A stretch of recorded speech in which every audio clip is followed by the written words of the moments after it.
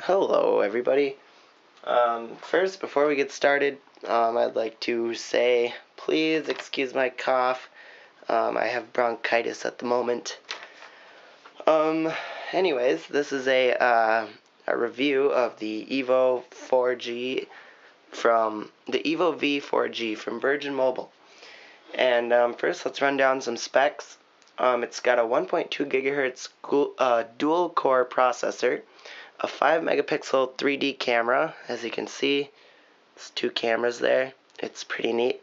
With LED flash, and it also records 720p 3D or 2D video. Picture quality was good. It's got a 4.3-inch QHD display. As you can see, it's definitely bigger than, let's just pull the Optimus V, which has a 3.2-inch. So, you can see, much better to type on and stuff. Also, it has a 1,730 milliamp hour battery, which is pretty good. I'll talk about the battery life later.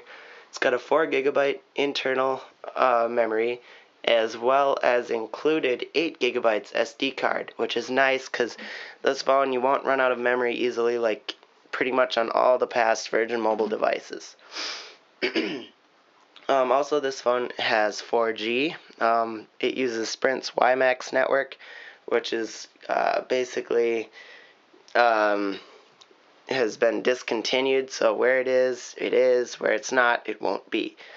Sprint is switching to LTE. But if you have it in your area, that's good. I found it to be decently fast. So I'll talk about that later.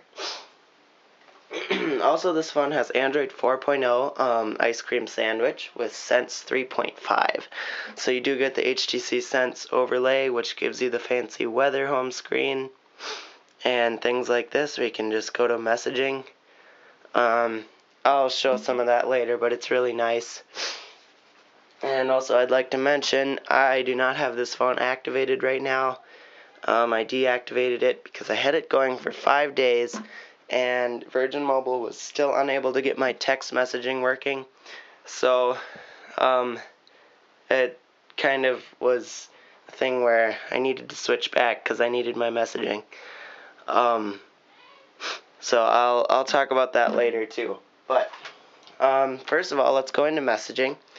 We'll go to the home screen, but you can customize what shows here, which icons. But say we want to go into messaging, we can do that. Or to just unlock the screen, which I'll do now, you just bring that up. So really nice. And you can actually customize the icons in the dock here, which is nice. So we go into messaging, and I'll tell you, it's a new messaging app with Ice Cream Sandwich, but it's nice. It only comes with one keyboard, the touch input keyboard, which I have to say it's a little different with the 1, 2, 3 button over here rather than over on this side as with the Android keyboard. But, it's a pretty good keyboard overall. Corrections are good. You can actually use it as a normal keyboard, but you can also use it as a swipe kind of keyboard. Let's see, did it work? See the yellow line there? Yeah. So that's kind of neat. It's a hybrid keyboard. And it's really nice. The screen size makes it much easier to text on than other past phones. This has a 4.3-inch screen, so it's bigger than even the Triumph, which was 4.1. So also, let's see. Let's go to the web browser. Again, I might have a shortcut for it. Nope. But oops. Okay, so we go to the web browser.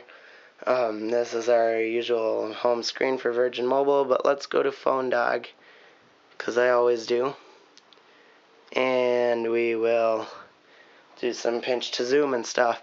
Again, I'm on Wi-Fi. My Wi-Fi is not very fast, but so you're not seeing mobile speeds right now. Let's just go over the browser quick. As you can see, we have settings, or the menu here. I find it somewhat annoying because to get into the bookmarks, let's see. you need to go into this menu. Same with Windows. It's somewhat difficult compared to, say, the other phones. It just seems more difficult to get into. Alright, this page is not finished loading yet, actually. This phone does support Flash, but here it's not done loading, and pinch to zoom is still, well, it's decent. We'll let it load here. It's getting the Flash ads. Alright, there we go. Alright, well, it doesn't seem to want to do this too well. There we go. As you can see, it's kind of jumpy and laggy at loading. But overall, the web browsing experience has been nice. Again, you can do it in portrait and landscape, and it cuts off a lot of the unneeded stuff when you're not browsing. But if you click in here, you can see the top bar. Alright, and then also, so in general, apps ran quite smoothly on this. And let me just mention, this is completely not set up for me with all my apps or anything, because Virgin Mobile had me do a hard reset, which deleted all my settings and all my apps in the process of trying to get my messaging to work, which it still didn't. And so I switched it back to my Optimus V. None of them knew what they were talking about, and other people are having the issue, it sounds like, and nobody's been able to get it fixed. So I wouldn't recommend getting this phone until that's fixed.